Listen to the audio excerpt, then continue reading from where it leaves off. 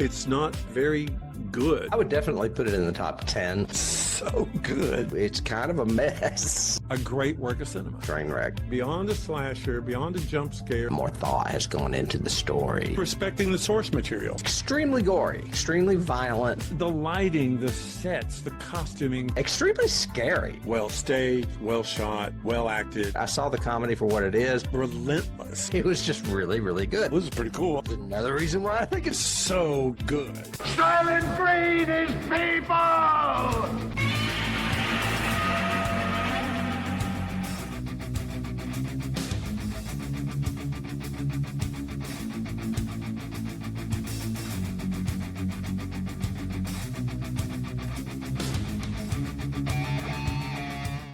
Hello, hello, hello out there in YouTube and podcast land. You have reached Johnny Has the Keys, where we talk about horror movies and science fiction films and key elements that lift and or separate them from the average genre fare. Not always good, sometimes just distinguished. Apart. Oh, wow. If you have returned, then that is what we do here. But if you are new, David and I are old friends that have been talking horror movies since the dawn of time. Pretty much. And we decided after a while that maybe we should do it for the masses because, well, we do it all the time. Why not? This is an unscripted podcast. You may hear me go, no. And I hate that, but it's hard to avoid unless you have good editing.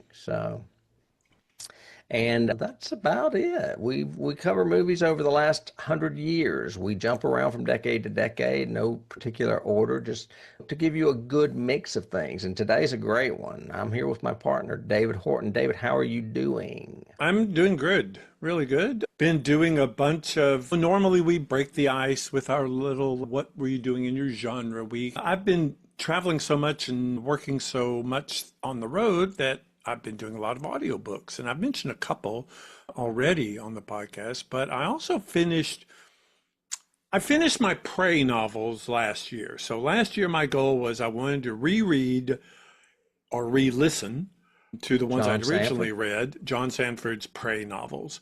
And I thought, I'm up to like 10. It'll be great. I'm sure he's got like 15 or 16 of them. No, he has 35.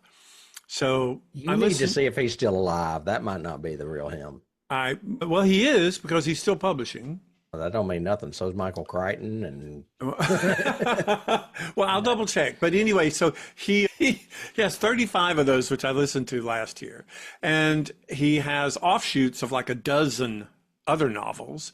But one of the characters he introduced near the end of those novels, like the last 10, was a partner to this detective named Virgil Flowers, who is another detective, rogue police officer, that sort of a character. Because these are crime fiction, is what they are. They're mysteries and crime fiction. Anyway, so I saw that he published a standalone book with this character, this Virgil Flowers character. I thought, oh, cool. So picked it up, listened to it, liked it. Found out there was a sequel. I said, cool, that'd be great. Looked at it, just finished the sequel, and now I found out there are 12 of these novels. Wow. So I guess this year I will be listening to the Virgil Flowers novels. My dad was a huge Sandford fan. He used to read all those Prey books. He's just so good. And I like his writing style. I've read interviews with him and everything else. And I like his structural style. He says he won't even begin a novel until he can find a villain. He has to have a good villain. The villain has to work right for him and it has to feel right. So I thought that was very interesting in one interview of him. But anyway, so that's what I've been doing. I've been not necessarily science fiction. This is more realistic crime fiction, but I've been spending a lot of time with headphones in for the past Well, I'm week. happy to let you know that he is writing those books. He is still alive, and he is 81 years old. Yep. And he started later in his career because he was a newspaper reporter who covered like the local police. That was his beat. Was the morgue, the police, the detectives, and all of that. That was his deal at the newspaper. And then he just decided, hey, I could probably write some novels. And he cranks the them out. He's But like Ed McBain. Ed McBain had a similar background, something to do with police. Huh. Interesting. Yeah. Yeah. Ed McBain wrote all those Travis McGee novels that Wait. Stephen King liked so much. My dad read those too. Yeah. Yeah. So that's what I've been doing. What about you? Anything scary coming up? Yeah, actually, I watched something scary that you might even be familiar with. Ooh. I finally got around to watching The Last Voyage of the Demeter. I have seen that. Yes. Yeah, and I remember when you did it for a genre week, you said that you liked it a lot, but that you felt like they didn't show the human side of Dracula. Correct. I get that, but I don't think it was necessary because of the setting, really. Anyway, I don't know. They just treated him like a beast, like a creature. Rather Well, he was than... hungry. Well, well, he definitely got a bunch, so he should have been sated by the end of it. Yeah, I enjoyed it a lot. Mainly because there's not enough horror period pieces out there these days. Agreed. Agreed. I miss I- the Hammer days. Yeah, and I love that it's all set on the ship predominantly. Yeah. And that, let's see, I love overall the concept, which I talked about before the movie even came out. The fact that you can take just a couple of pages from a classic novel and expand it into its own story, which is the doomed voyage of this ship. Look at Rogue One. We said the same thing about Rogue One. It's basically the one sentence in the credit crawl, and it's an entire movie. Yes. Yeah. Voyage of the Demeter is the horror equivalent of Rogue One.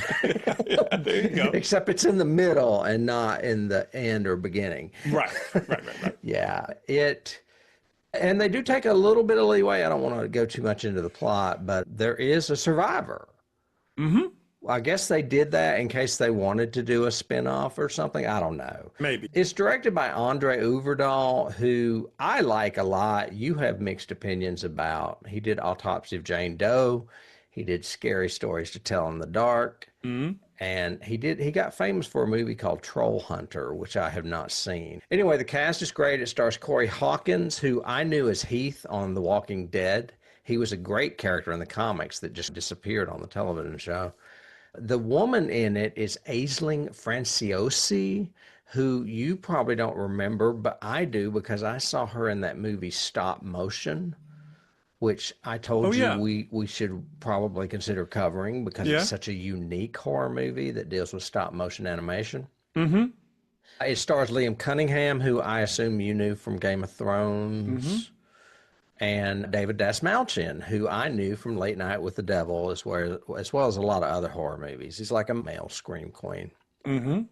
Synopsis is the crew of the merchant ship Demeter set sail from Carpathia to London to deliver a cargo of 50 unmarked wooden crates. Mm-hmm. However, they soon discover they are not alone as Dracula's unholy presence turns the trip into a nightmarish fight for survival. This movie only got 50% on Rotten Tomatoes with 201 reviews. See, that's crap. I don't get it at all. I know it's not perfect, but I would give it a solid 80. People don't want period piece horror. They find it slow and not scary, I guess. I don't understand that. They have no affection for the Yeah, I classic. agree. Like Guillermo doing, what was it, Crimson Peak. That was another very Hammer-esque to me horror story. It's a haunted mansion thing. Yeah.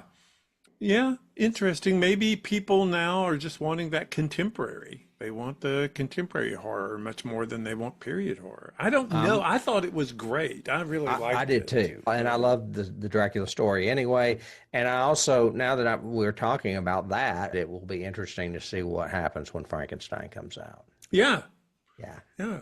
Well, Dracula did pretty good.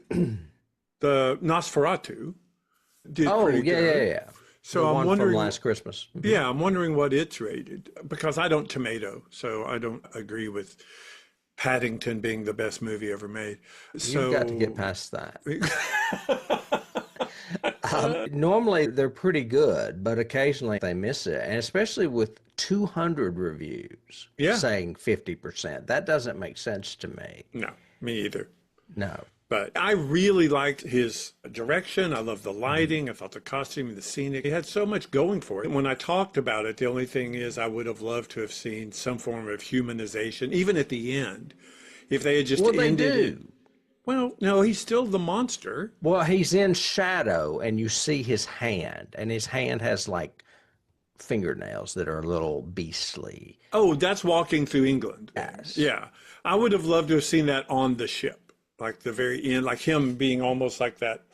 Okay. The masthead, because everyone's dead. He's almost to England. Yeah. So he's ready now, even though we know from the story that he got off the boat as a wolf. So, but anyway, great one. So Voyage of the Demeter is a scary movie. It's based on a classic. It's classic scary, and we are talking today about classic scary. If you don't know what we're going to talk about today, you didn't look at the title or click on it, but today's a double feature, and we are in classic science fiction / pseudo horror at the time, dealing with two films, The Beast from 20,000 Fathoms and It Came from Outer Space. Two black and white science fiction era creating films. With color posters. With color posters, and they did a re-release and colorized It Came from Outer Space. Oh yeah, we should do that for our filters. We're going to add background filters now. I just turned the posters into black and white posters. As they should be. Let me gnaw myself out here. Okay, good. So I know that when we first added these to the list, you were saying, why did you put these together? And then even when you were watching it and you texted me and said, is it Harryhausen? And I said, yeah, maybe it was Harryhausen. And you said, no, it's not Harryhausen because he didn't do It Came from Outer No, he did not. There's no animation in that movie whatsoever. Right. So let me explain a little bit of why. And then because I'm sure we'll do them one in order, but sometimes we overlap. Sure. By the way, any of you out there listening, watching, if you haven't seen these movies, where have you been for the past 170 years or so? But go watch them because we'll spoil them because we talk about them. But anyway, why these two and why I wanted to put them together? Okay, first of all, they both came out in the same year. They both came out in the same year. They are both based on a Ray Bradbury concept. One's a screenplay, one's a short story. Right. They have lots of firsts, though. Both of these movies have lots of firsts. The first Universal 3D movie, the beginning, it started the giant monster craze, or the Gaiju, whatever, before Godzilla, before any of that, the giant monster craze. Started the atomic monsters. So this was the first movie where it didn't start it. King Kong started it, but yeah, no, King Kong didn't. But that wasn't a craze. That was a movie that came out, and 20 years later, they do this movie. But this was inspired by the re-release of King Kong. Correct. Trivia-wise, that's very good. So started the giant monster, started the atomic monster, started the desert science fiction movies, because Jack Arnold obviously really loved the desert and put it in all his freaking movies. That and Deserted Islands. Yeah. It was also, according to my research, It Came from Outer Space was the first science fiction film to show an alien POV with the big bubble lens thing they used. So I thought that way. And it was the first Red Scare movie. This predates Invasion of the Body Snatchers as a Red Menace fear movie. Again, but you're talking about It, not Beast. Right? Correct. Mm-hmm. And it was the first science fiction film from Jack Arnold, who went on to do the ones we love, like Creature from the Black Lagoon, and all those. So yeah, there's a lot of connection to these movies coming out the same year and really pushing the creature feature science fiction into the public. And both were pretty popular at the time, so that worked for them. Obviously, for Universal, it worked great. But the first one, if we want to talk about it, Beast from 20,000 Fathoms, again, came out in 1953. It's written by Lou Mortimer, Fred Freiberger, who you and I both know, based on a screenplay that he was pitching by Ray Bradbury.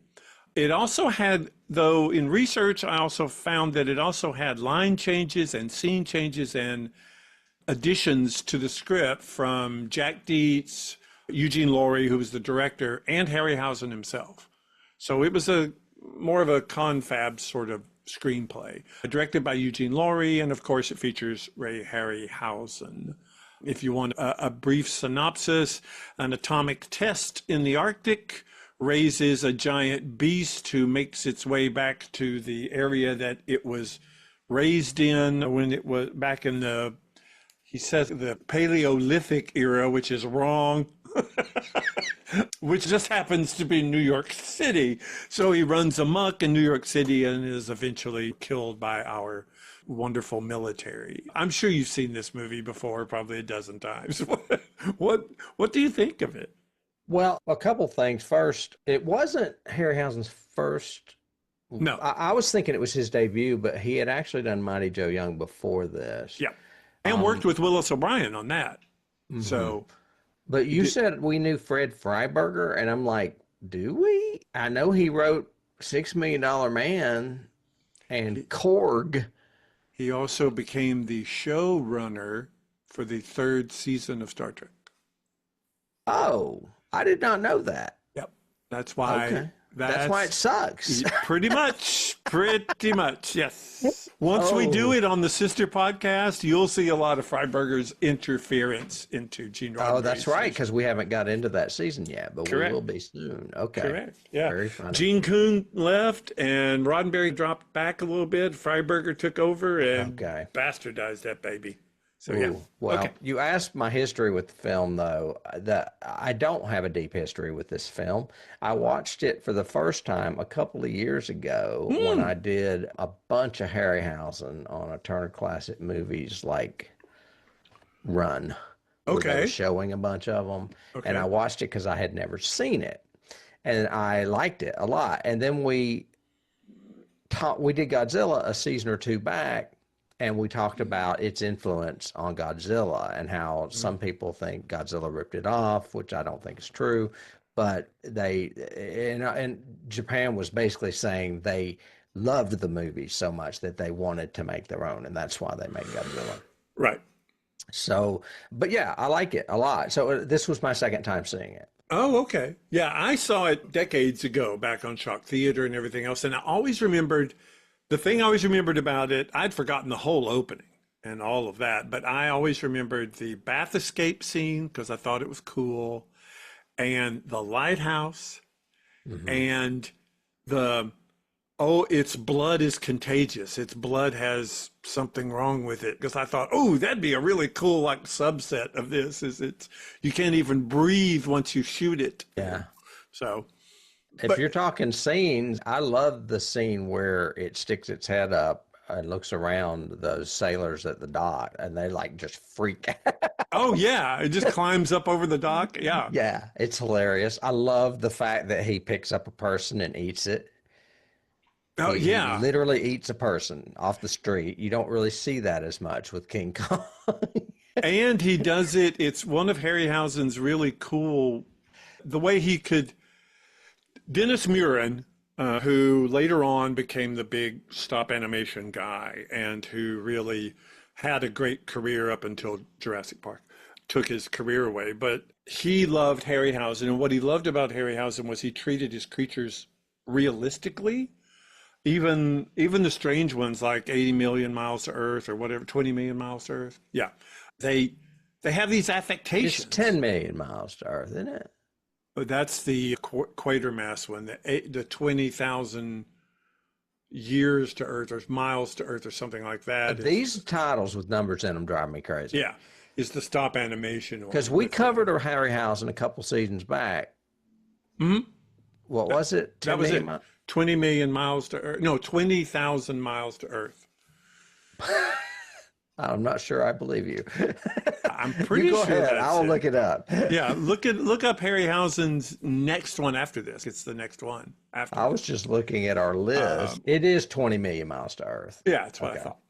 So he thought he adds these character quirks to his creatures. So like the one you're talking about, instead of him just picking it up and slithering it down or something like that, he picks up the cop and then he like throws him and bites him and chews. I thought that it was just like a lizard or a cat or a wolf would do something. Same thing with like the car. when he hits the car and he crushes it, looks at it like, what is that? And then he pushes it over, but it doesn't go over. And then as he's walking away, his tail drags it with him. Well, when we did 20 miles to or 20 million miles to Earth, we talked about what made that creature so great was its personality. Mm-hmm. And he puts personality into this one as well. Yeah. He gives it a character and not just a monster. Yeah. Yeah. That's why I like the lighthouse attack. I like the way it's done. I like the bath escape, even the setup to that whole scene, because especially if you've seen the movie before, oh, Professor's not going to make this. This is not going to be good for him. So yeah, and I also liked it was a very unique shot when they're all on the rooftop, because when he starts rampaging, they do the typical Godzilla or War of the Worlds angle or whatever from the street level, showing this giant monster coming through the streets. But then later on, when they're attacking it at night, they're all up on the skyscrapers and looking down on it. And I thought that was a really cool shot, which also led to some keys that I thought of when I was watching it. But but I thought that was really cool with the spotlight shooting on him and everything. So, any other scenes before we move on? I did think- like the beginning, like you said, because it takes place in the Arctic, and we're actually seeing this prehistoric monster or whatever it is from the bottom of the sea stomping around the Arctic. yeah. It takes forever. And there's a lot of snow stuff. And I was going, okay, let's go, boys. Come on. Yeah. Shoot. Yeah, I liked how the guy fell backwards into the pit. Oh, yeah. Yeah. So, but did you want to do any other background or move? The only trivia I had, you already mentioned. So Jack Dietz and Hal Chester, who are the two producers, they decided to produce this because in 1952, the year before, there was a re-release of King Kong, and it was really popular. And they thought, hey, can we do this can we cash in on this trend, so to speak?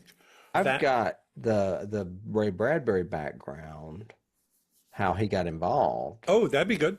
Okay. While visiting his friend Harryhausen on the set, Bradbury was given a copy of the script, which was going under the title Monster from the Sea. And he was asked if he could do some rewrites. Well, after reading it, he remarked that a scene which featured the lighthouse seemed very similar to a short story he had written called The Beast from 20,000 Fathoms. That's where the title came from. Mm-hmm. No, wait, that's not right. Because they changed it from the Foghorn, didn't they? The Foghorn too. No, he later changed his. He story later to the changed it Foghorn. back. Okay, that's right. But it was originally called Beast from the 20,000 Fathoms. He published it in Saturday Evening Post, folks. You can look it up. And the next day, he received a telegram offering to buy the film rights to the story for $2,000. So after the sale, they changed it to The Beast from 20,000 Fathoms, and Bradbury's story was reprinted later as The Foghorn. So he changed that later. So I thought that was cool that him and Harryhausen were friends, and he just all of a sudden got this gig. It kind of fell in his lap. Yeah. Yeah. And in interviews since then, he's still proud of the movie, even though it's not really the project that he initiated. I think it was beneficial to everybody involved. Even what's his name, the lead, who I don't think is very good. He's okay, but he's that very wooden scientist who's trying to help everyone. His name is Paul Hubschmid. It's a weird name, too. Yeah. And it's interesting that neither one of us as scenes mentioned the ending of this movie, because it really just literally stops. It has no denouement, not even a watch the skies, not a, well, we need to be wary of the oceans. Well, he slowly dies. I'm like, is the thing going to ever die? And then it finally falls over, and it's the end. Yeah. And so that was a weakness in the film, so to speak. Yeah. But one thing that was great is that it was a huge hit. It grossed $5 million. Back in 1953, that was a lot. And was the highest grossing film, one of the highest grossing films of 1953. Yes. So it was one of the top movies. It's also Harryhausen's first screen credit, like major screen credit. He didn't get a major screen credit with Mighty Joe Young. No. But in this one, it says Ray Harryhausen in big letters. And it really led to everything Harryhausen did from then. He was Yeah. really good at developing these camera techniques, these characters, everything. So it Well, worked. and Eugene Lurie too, because he went Yep. on to do Gorgo, World of the Giants, the Giant Behemoth, and Colossus of New York. Yep. It's like he became the big monster guy. He likes giant monsters a lot, Right. obviously. I did like the trivia that Paul, at one point, when they're in the final climax, says, "Be careful with this. If you miss, there's not another isotope this side of Oak Ridge." Oh yeah. And I went, Yeah. "Yay! Tennessee got mentioned." Yay. Yeah, it did. I can move on to cast if you Sure. like. Yeah. We mentioned Paul Hubschmid, if I'm pronouncing that right. He is known for absolutely nothing but B movies. He played Professor Tom Nesbitt as, he was billed as Paul Christian in the movie, but his real name is Paul Hubschmid. No wonder they changed it. Yeah. Paula Raymond is the female lead. She played Lee Hunter. All I've got for her is B movies and television. Mm-hmm. Of course, these two movies that we're covering today technically are B movies, so that makes sense. Oh, yeah. Definitely B movies, especially at the time they were released. They were considered, oh, yeah, sure. However, we do have a familiar face with Cecil Kellaway, who played Professor Thurgood Elson. We recently saw him in Hush Hush Sweet Charlotte as the kind reporter dude that was trying to help Charlotte out. He was also in Harvey with James Stewart, as well as being Edmund Gwynn's cousin. I mentioned this when we did Hush Hush Sweet Charlotte, because I was like, he reminds me of somebody. Well, it's the guy that played Santa Claus in Miracle on 34th Street, because that's his cousin. Yep. I got Cecil already. Kenneth Tobey plays Colonel Jack Evans. And we know him from a very classic horror movie, science fiction movie, called The Thing from Another World. Mm-hmm. However, we have never covered that movie. We covered it the first time we covered The Thing because we talked a lot about the original Thing movie from Another World. Yep. But we should probably consider doing that. I rewatched it recently. Yeah, I watched it probably about 6 or 7 months ago. Yeah, me too. I love the witty dialogue, all the things we talk about that we really liked about that film. Yeah, that How would be. about some coffee? That's your job, right? Just to make coffee for us. Right. Yeah. Well, anyway, so that's what we know Kenneth Tobey from. Donald Woods played Captain Phil Jackson. We were talking about B movies. He is the self-described king of the B movies. Okay. He made his reputation playing in low-budget westerns and mysteries. There you go. So I guess he's the king of the bees to himself anyway. Lee Van Cleef is in this movie. I'd forgotten that totally. I recently saw him in The Good, the Bad, and the Ugly, but he is in one of my favorite John Wayne movies, The Man Who Shot Liberty Valance, which I just recorded the other day. I'm going to watch that again. Of course, the last time we saw him on our podcast was when we covered Escape from New York a few seasons back. Yes. He's the one, the mean cop that injects the thing into Snake Plissken and makes him go back to New York. Yep. Steve Brody, also primarily known as a B-movie bad guy for hundreds of films, played Sergeant Loomis. He's a very familiar face. He looks like Spencer Tracy. Yeah. A lot. And Ross Elliott, we saw him last as Joe Birch in Tarantula. He played George Ritchie. And then a real creepy looking guy named Jack Pennick played Jacob Bowman. I don't know much about him, but I do have a couple of notes on the cast. Merv Griffin is the voice heard on the radio during the hospital scene. Ah, okay. And Vera Miles, Paul Picerni, and Merv Griffin appear in the trailer for this film, but not the actual film itself. Oh, promotion, I guess, for my B movie, please. Yeah. So that's a very strange. I thought that was very strange. As far as awards, there's only really DVD reissue awards, and it is not on the 1001 movies you must see before you die list. Yeah. Could probably understand that. Yeah, me too. I have a couple of just trivia and gaff things that they did. I have noted that when the professor goes down, like I said, he says, He's talking to the girl. I can't remember her character name, but it's like Eve or whatever. And he goes, it's like it's like something out of the Paleolithic. And that's not, that was humans. There were no dinosaurs in the Paleolithic era at all. Do you think that was a Bradbury mistake? Probably.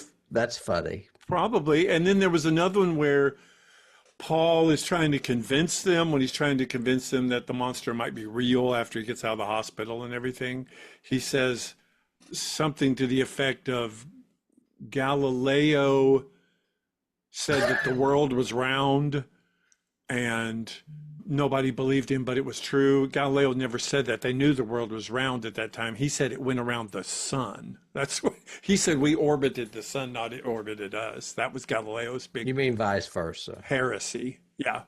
Yeah. That was his big heretical thing that they put him in prison for. Whatever. Yeah. I've got a couple of trivia things as well. Uh-huh. One is that the Arctic station where he's taken for first aid is the same set they used for the thing from Another World. Yes, that's a good one. Yeah, the wooden floors and everything is all very. I recognized it immediately. Went, oh, where's she with the coffee? Yeah, yeah. Where's that coffee? And then the other thing I've got, which I found hilarious, is the reference to 20,000 fathoms in the title is pure hyperbole. Yeah. Yeah. Because a fathom is 6 feet. So that would mean 120,000 feet or 22¾ miles. Yeah. The deepest part of the ocean is the Marianas Trench, which is only 35,768 feet. Yeah. Yeah. So the ocean is not 20,000 fathoms deep. No, I don't think it's 15 fathoms deep. No, 15,000 it probably go all the deep. way through the planet. Yeah, maybe. I don't know the circumference of the Earth right No, away. I don't Yeah. either. It's not that. But But yeah, that could be. I found a trivia thing I cobbled off of IMDb, which I thought was really interesting. I'm just going to read it. It's not very long, but I thought you would like it. There's an elderly couple seen behind Tom and Lee in the opera sequence. They're actually very famous and the most prolific, quote, dress extras in the business. Franklin Farnham had over 700 appearances in movies and TV. wow. Bess Flowers, who was literally known as, quote, Queen of the Extras, had over 1,000 appearances in movies and television. Not only was she a favorite of many famous directors, she also appeared in a remarkable 33 movies that are on the 1001 Movies You Must See Before You Die list, more than any other actor or actress. Yeah. They also appeared in 136 movies together. Yeah. So I thought that was really a cool little trivia bit that this movie has as a legacy. So there you go. Yeah. I was going to put it in casting, but I didn't. I thought that was cool too. Yeah. You want to move on to keys? Sure. Well, Godzilla. More power to you. Yep. Godzilla. Yep. Yeah. You can't get around it. Especially we discovered when doing research for Godzilla how much of an influence this was to it. As far as key influences, you have to say King Kong, because it obviously influenced the producers enough to do the movie to begin with. Right. And it was a 1952 re-release that was extremely popular. So that was almost 20 years after the original came out. They re-released it. It was very popular and it resulted in movies like this being made. Yeah, for a whole decade. This was the giant monster phase. Speaking of which, I have two that are similar just for one thing, but Deadly Mantis, one that I love that you don't, which started out with this opening narration sort of feel, the same way Creature from the Black Lagoon does. They start with this opening narration to set the mood before. I don't dislike the Mantis movie. I just think it's a little hokey. Yeah. It's just, it happens to be my favorite. Well, it's my favorite insect too, so that's why. So there's that. I have Lost World from 1925. Oh, that's a good one. I was trying to think of the movies where dinosaurs are on the planet. There's other ones like The People That Time Forgot or The Land That Time Forgot, but The Lost World would be like one of the originals from the 20s. Yeah. Obviously, the influence we've already mentioned, the firsts and going forward and everything else, but I have several of those. You actually mentioned them, Giant Behemoth, Gorgo, It came from beneath the sea, even has like the same climb over the bridge thing, except it's an octopus and not the beast. Sort And of it's shot. also Harryhausen. Correct. He just cobbled that from that one. You mentioned The Thing, not only because of Kenneth Tobey, but the set and also the whole Arctic opening is very Thing-like. The way they have the furry hoods and they're anyway, it's just the feel of it is very the Thing. You could have cut it. Totally agree.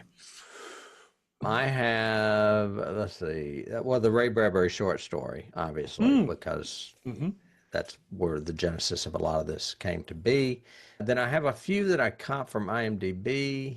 Yeah. When Tom Nesbitt and Lee Hunter are looking through various dinosaur pictures to identify the monsters, those paintings are from the renowned nature artist Charles Knight. I believe we mentioned him before with maybe Jurassic Park. I can't remember what it was. It was another dinosaur movie because he was one of the most influential dinosaur artists of all time. His paintings and drawings solidified the image of dinosaurs and other prehistoric animals in the public mind and pop culture during the 20th century. Yep. And Harryhausen has said in interviews he was a huge inspiration to him. Yep. So Charles Knight, look him up, folks. Look him up. I have Cloverfield. I was trying to think of the name of that movie. That's so funny. I was like, what is the name of that movie? Like I said, some of those down from the top angle shots and everything else. Also, Yes. look at it. Is very inspired. Well, by as soon as you said it, that's when I went, what was that movie? I could not think of the name of it because it's such a strange name. JJ's monster movie. Right. Big monster movie. And speaking of which, there's a feel in the last half of this movie that's very Irwin Allen disaster movie. There's so many shots of people running and destruction and being eaten. Yeah, running into the subways and running into the buildings and get out of your car and race down the street and just leave your car running. Yeah. So it's very Irwin Allen feel to it. Yeah, I've got a couple of others I copped. The I can't say it. Redosaurus. Is that it? Redosaurus, yep. Creature in this film makes a cameo in Planet of the Dinosaurs in 1977. It appears briefly at the end of the film and is killed by a T-Rex. Wow. Okay. I thought that was funny. And then lastly, and this you touched on already, the part of the skeptical professor and his female assistant would be repeated almost exactly with Medford and his daughter Pat and them only 1 year later. Yeah. So totally. And it's another desert monster movie. So see them. Well, and it's Jack Arnold. And it's giant ants. Giant ants, yeah. Okay, moving on then. If we're through with keys, we'll go to the next one. Sure. Heat up your theremin. And we're going to go into science fiction, really science fiction now, because this is an alien. It came from outer space. Again, came out in 1953. It's directed by Jack Arnold, who is an icon of 50s horror. Creature from the Black Lagoon, Tarantula, and one of your favorites, Incredible Shrinking Man. This was his first. Did he direct them? Maybe he didn't direct. I thought, no, he did not do them. I was wrong. I don't think earlier. he did do He did them. not do them. That's correct. He did not. But this was produced by William Allard, who also produced a lot of these science fiction films of the 50s. He did This Island Earth, which comes out in a couple of years, Tarantula, which comes out in 2 years, Deadly Mantis, one of my favorites, of course, blah, blah, blah, blah. This also had makeup by Bud Westmore, solidifying the whole Westmore legacy at Universal, which stayed for about 30, 40 years. And it was written by Harry Essex from a short story by, again, Ray Bradbury. Yeah. And I'm Them sure was Gordon Douglas, by the way. Gordon Douglas, okay. Yeah. Yeah, I could see why you would confuse it with Jack Arnold, though. Oh, yeah. Desert, spider, the same flow to it. How do we protect? Let's have a big ending. And Arnold was king of the 50s monster movies, too. And and as soon as we destroy the monster, we're going to show the credits. Pretty much. I have that Harry Essex was the writer on this movie, and he also wrote Creature from the Black Lagoon. So him and Jack must have been friends, is what I'm thinking. Probably. However, it is based, like you said, on a story by Ray Bradbury, or not a story, but a screenplay. By Ray Bradbury. And you said it's the first 3D film to be ever released by Universal Studios, which is cool. Correct. I have they tried 3D like a decade earlier and it didn't really work. So they tried it in color films. The first one, though, was in 1952, the year before this, and it was a movie called Buona Devil.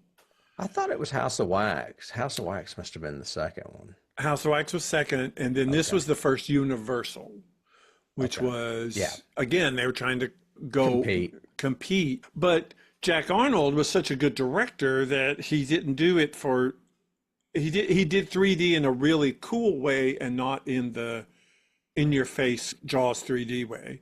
So stuff like with the telescope and things like even a normal shot, like at the sheriff's office, you have a two shot and the sheriff's here and behind him is our hero and they're talking to each other and he's ignoring him because he thinks he's an idiot and he hates him, blah, blah, blah. The sheriff's gun is hanging like right here. And the script says, you better get your gun. So he reaches over and grabs it. It looks like he's reaching out of the screen and grabbing it. And so the 3D effect was not just for scare, it was for presence, which is it was. Arnold did. It's funny, and that technique did not stop because when I was going to see 3D movies in 1982, like Jaws or Friday the 13th. Friday the 13th Part 3 immediately comes to mind. Yeah. It didn't necessarily have to be something scary. It would be like a fishing pole or something poking toward the camera just to show you, wow, you're looking at 3D. That's funny. Go ahead. Do you have what you want to talk about memories with this? Yeah. I have none. I'd never seen it. Seriously? Yeah, I had never seen it. You had never seen It Came from Outer Space? I have never seen this movie. Ever. Wow. So I am very curious, what did you think, especially after watching the other one? I actually liked it a lot, probably more for the cast. I thought the cast was stronger in this than it was in the other one. I love Richard Carlson. I have been watching him in a lot of crazy movies lately. One called Tormented that if I have not talked to you about, it's hilarious, where he accidentally knocks his mistress off a lighthouse and she dies. And that's hilarious, you think? Well, I'll talk about it on another show. But anyway, I like Richard Carlson. He's also the one that we always confuse with Hugh Marlowe because they look so much alike. But Carlson was so good. He could do comedy. He could do horror. He could do science fiction. He could do a Hitchcock film. He was just really good. Yeah. But anyway, for seeing the movie for my first time, I was like, I had no idea it was going to be somewhat benevolent aliens. I thought they were going to be horrible and take over the planet, but they're not. This one feels much more Bradbury than 20,000 Leagues. We are not here to hurt you. We just want to get home. And there's so much, it's not pontificating, but there's a lot of very heady dialogue in the way they play Carlson's character with the whole, we aren't alone and, oh, there's something out there and maybe one day they'll come back. There's a lot of that optimism that Harryhausen put in a lot of his short stories. This one feels a lot more Bradbury than the other one. What else? Were there any scenes or any character actions or whatever that you liked, didn't like, whatever, since you hadn't seen it before? Well, I love the whole discovery of him finding the ship, that it's not a meteor, but it looks kind of like this round honeycomb looking ball. I like the POV of the alien first looking out of the porthole in the ship. Yep. A lot of the stuff they do down underground with the ship to me it stands out to me. What else? Like you said, the bubble vision. I do think it's funny that Barbara Rush screams at everything, including things that are not scary, like a Joshua tree. Oh yeah. She's like, ah! And the little boy that comes to the door in the Halloween costume, she screams at him too. I'm like, girl, you need to get it together. But again, all that's a 3D setup. The Joshua tree, because it was cut to the shot and it's reaching out to you. Yeah. The kid with the UFO thing is because he lifts up the visor. It's a 3D thing. Right. So, yeah. But yeah, she screams at everything. I found it hilarious that it was the desert and yet Richard Carlson as John Putnam's running around in a tweed three-piece suit. Yeah. Looks very thick and very hot. I'm like, Yes. why are you wearing that suit in the desert? Yeah. Yeah. I like all of what I call the possession scenes. I really like the first scene with the professor, the Russell character, when he's staring at the sun and Russell all of Johnson. that. I thought that was a really cool scene. I love the scene where they see both of them and they're almost like walking in step in town. And then the way that whole scene is shot when they hide in the room and he opens the door and they're just in silhouette. I thought that was a really cool sequence. Mm-hmm. I did wonder why he followed them down the alley and then opened that door and they tell him, go away. and then they come out of the alley. I'm like, why did they go down there in the first place? Right. Yeah, that was a contrivance of, I don't know why you went there to begin with. Why? Right. They just hung out in that doorway until he left and then they left. Were you just waiting for him? Or maybe they were luring him so they could say, leave us alone. I don't know. It was very strange. And I like the character moments in this. I like him climbing up on the power pole with the other guy, up the ladder to the power pole, and then they decide to reminisce. This is the desert. She'll tell you all this stuff. This used to be an ocean. I actually thought that scene was creepy. Yeah. Because Very he was creepy. like, what you hear these things in the wind and stuff. And he's like, do you still hear him? He's like, no, I stopped. Yeah. He He had good terror in this one. I wasn't scared during 20,000 Fathoms, but there are moments in this where you get tense. Oh, absolutely. Mm-hmm. There's and we'll get to it in Keys, but there's a lot of elements in this movie from other films as well. Yeah. Yep. I can move on to cast if you want. Yeah. But because like I said, this cast is stronger. It has Richard Carlson as Putnam, the lead. We know him from Creature from the Black Lagoon, that movie I mentioned, Tormented, which I may end up doing as a genre week just because I got your curiosity up now. Maybe he got so hot in this movie, that's why he only wears shorts for most of And no Creature from the shirt Black and Lagoon. everything else, because he is shirtless in Creature. He is shirtless and Tormented the whole time. Yep. That's so funny. But yeah, Hugh Marlowe was the higher cred actor, even though they looked alike. You would see Hugh Marlowe in movies like, what's the one where Betty Davis is the actress? All About Eve. Yeah. However, Richard Carlson did a movie with Betty Davis. He did The Little Foxes. So he did do some higher caliber movies than B movies. I just like him. I just think he's good. Yeah, he's very strong. Great actor. Barbara Rush is in this movie. She plays Ellen Fields. We know her, I guess, from When Worlds Collide. We haven't covered that, have we? No, haven't not covered yet. that. Okay. But I know her from Magnificent Obsession, which I love. It's a Douglas Sirk movie with Rock Hudson and Jane Wyman. I don't really have any other trivia on Barbara, do you? She went on to television, right? Yeah, she she got a lot of huge television. in television. Yeah, and she was still acting up until a few years ago, too. Yep. Charles Drake plays Sheriff Matt Warren, very familiar character actor from big movies like The Maltese Falcon and now Voyager and Valley of the Dolls, for lack of a better example. He has that great voice. His voice is great. This is a good character here. I love the character conflict they set up almost from the very beginning in this story, in this screenplay. Yeah. I'm sure you remember last summer I was recuperating from surgery and I watched a shit ton of old movies on Turner Classics. And I was like, this Joe Sawyer guy playing Frank Dalen looks really familiar to me. Well, he was in two movies I watched last summer, The Petrified Forest and The Grapes of Wrath. So I was like, okay, that's where I've seen him. Yep. But another very strong character actor, familiar face.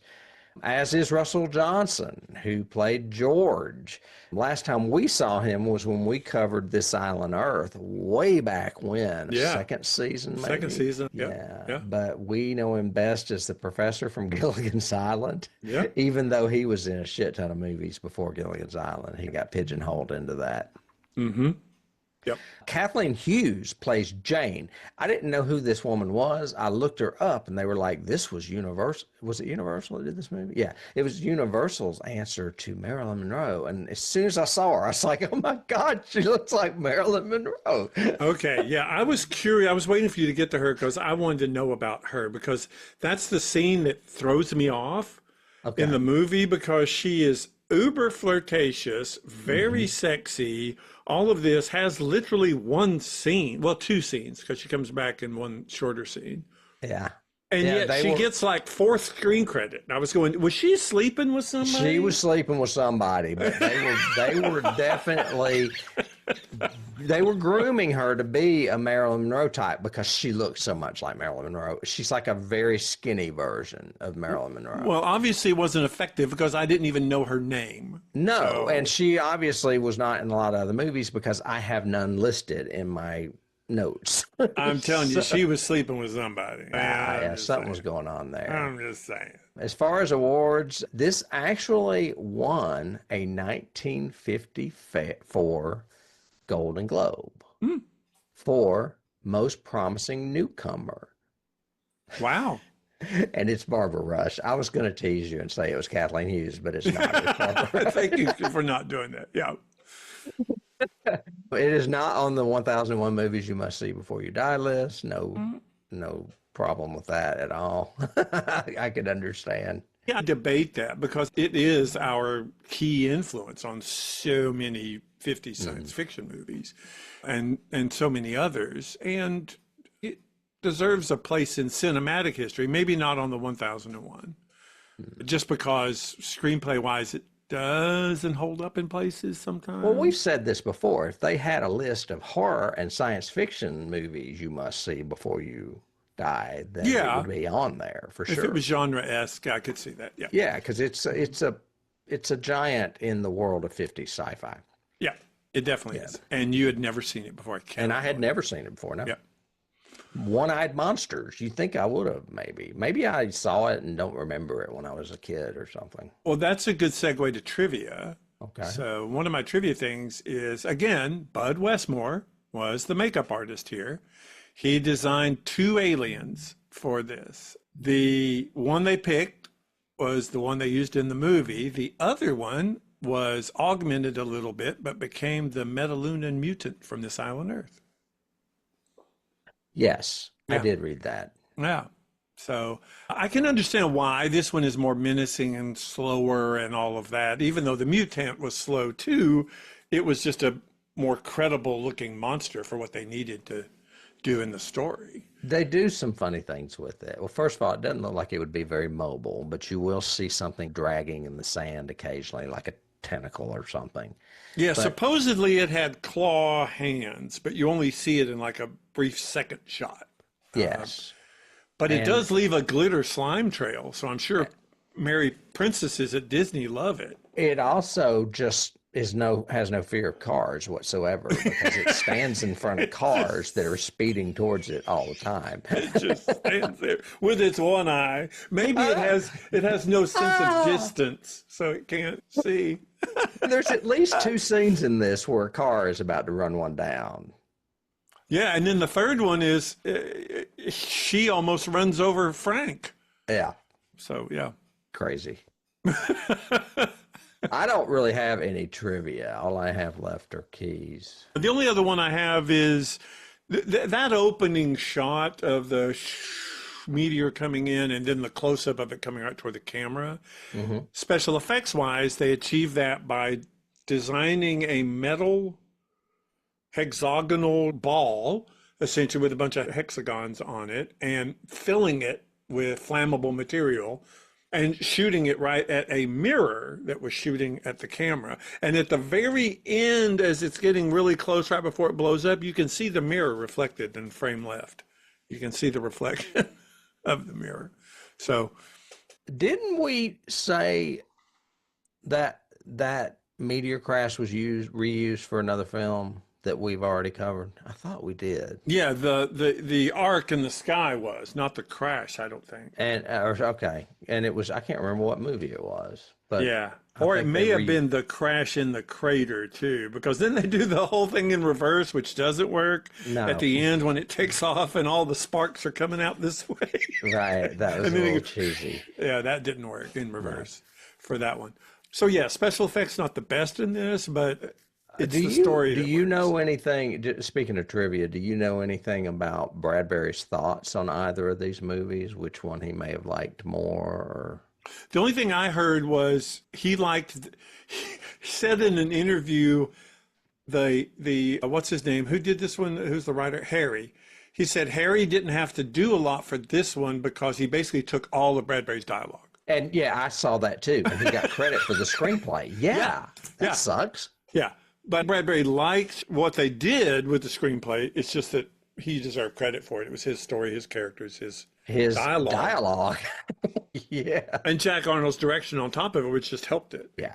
So, Funny. keys? I do have some keys. My very first one is E.T. Oh, yeah. Oh, yeah. An alien trying to get home. Perfect. My other one was Close Encounters, which is Spielberg. He has said in interviews that he loves this movie. It's like one of his top 10 movies that he's liked, and it really influenced Close Encounters. Well, he reinvented the genre of benevolent aliens. We didn't really have them again, Right. did we, until Close Encounters? Yeah, and think about that too. It also deals with a lead character who nobody believes, who thinks is a little wacky and everything else, who goes on this huge passion project to prove that he saw what he saw. You can see the influence on Close Encounters. I just thought about it, but The Day the Earth Stood Still is another one because they basically say what Michael Rennie says in short. You were okay, but now we're going to destroy you. Well, the whole premise of you're not ready for us. You're Yeah. not there yet. Also, both of them have theremins in the credits. Right. So sets it up. The same year that this came out was War of the Worlds, which is the opposite of this movie. It is the fear factor of this. Annihilation. Yeah, and the fear is in this. And this movie has the themes, like we said, the Red Scare theme, the theme of others will destroy us, outsiders will destroy us, that whole paranoia and gossip and fear and taking over our friends. My neighbor is no longer my neighbor. He's different now. Yeah, that's my next key was Invasion of the Body Snatchers. Oh, yeah, Because definitely. They definitely take over different bodies. They do replicate them, which is the thing, actually. Now that you mention it, that's another key. But the paranoia you mentioned, to me, strikes more with Body Snatchers than just the body replication or whatever. Right. Well, you just reminded me. I Married a Monster from Outer Space. Remember, they replicate people in that, too. That's true. And we covered that a long time ago, too. Yeah. I love that movie. So yeah, taking possession, that whole feel to it. I also have, and I didn't research this to find out if this was the first, because I'm not necessarily sure, especially with 40s films. But this was the first scientist becomes hero trope. So the scientist is the one that we follow through the whole movie. He's our hero. It's not just an everyman. Is he really a scientist? Well, he's an astronomer. Oh, according to the He's an amateur. astronomer. That's what the sheriff says. Yeah, he's also one of those great 50s characters who you don't know how they ever earn an income because they spend the next week just going off on their mission and you're going, don't you have to go to work? Maybe he is a wannabe professor, and that's why he wears the tweed suit. He wears a tweed suit until he goes to the Amazon. Then he's going to take that shirt off. Yeah, he's going to get down to his skivvies. That's funny. I've got, of course, the ones that directly were influenced by this, Them and Tarantula. Both of those. Any desert horror movies. Yeah, being desert horrors or desert fears or whatever. I may have some I caught from IMDb. One is John Carpenter. Oh, It interesting. says the specific narrative elements, such as mysteriously vandalized hardware store and the concept of extraterrestrial imitation, have been echoed in other works, especially John Carpenter films. Well, yeah, the thing is all about it clones it, it takes over and becomes Yeah, but like the vandalized hardware store, I was thinking maybe they're thinking of the fog when all the weird shit starts happening at the beginning. yeah, I don't know. maybe. I don't know what they're connecting that with. I don't get that one, but I But do get the possession one. So that makes sense. for sure. I've got this continues the universal Frankenstein Disney trope of the posse or the lynch mob getting together and we've got to kill the monster. Kill them. Kill the monster. I have It Came from Outer Space 2. The remake? No. No, it was a sequel made for television, 1996. It says it's a sequel, but if you watch it, it's a remake. Is it a remake? Yeah. I didn't know they even remade it. I was shocked that there was. I It only Came saw from it Outer Space. once, and I saw it because I thought it was a sequel, and it's not. It's basically the same story. In 1996. Yeah, we were really looking for intellectual property at that time. I need to find this movie. Yeah, you should. Yeah, it's not good. It is not. One of my keys that I almost always lead off with, and I didn't, is Rocky Horror Picture Yep, Show. I was waiting for it. It is a lyric in science fiction double feature. Then at a deadly pace, it came from where? Out of space. Yeah. Yep. Perfect. I've got a couple others. Well, I've already mentioned Close Encounters, Yeah. and you said that Spielberg loved it, and I've got that he saw it 6 times when he was a kid. But the other one was This Island Earth. Yeah. The of makeup course. department submitted 2 alien designs. The Yeah, that's the design one I that was said. rejected and then was saved was later used as the mutant in the This Island Earth, the Yeah. Metaluda mutant. That's the one I said. Yeah. Okay, yeah. All right, those are the only other 2 I had. Cool. The influence of these 2 movies was huge on 50s science fiction. So that's why I put them together to begin with, because they both just registered with me about, oh, yeah, that revolutionized where science fiction went in the 50s.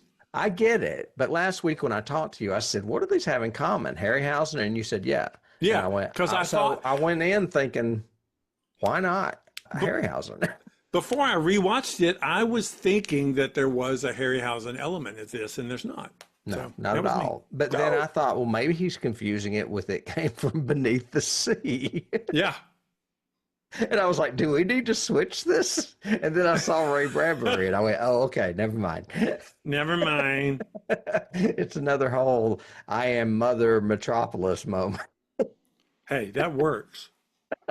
All right, folks, we're going to quit being silly here, but you've come to expect that from us. Obviously. I hope so. We like both movies. I like It Came from Outer Space a little bit more. It's a little bit more science fiction-y for sure, less giant monster. Yes. And that's what we think. We'd like to know what you think. If you would, give us a thumbs up or a comment down in the comments below. If you like what you hear here, we have other shows on YouTube, little shorts and stuff, as well as David mentioned earlier, some side podcasts that we do over on Patreon. One is on the original Star Trek called The Dilithium Chamber, and one is on the original X-Files, and that is X-Files Declassified. Those are subscription-based programs. We're 2 seasons into Star Trek, 4 seasons into X-Files. However, there is some free stuff over there if you just want to dip your toe in the water and see what's going on over there. We've got a lot of material over there as well on Patreon, so we would appreciate your support there. And other than that, until next week, where the hell are we next week, David? I don't know. Next week's going to be scary. Oh, it is scary, and it's a listener request too. Yeah. From Mr. Bill Pitts. Woohoo! Pickle. Excellent. All right, I'll see you then. All right. See you then. All righty, bye.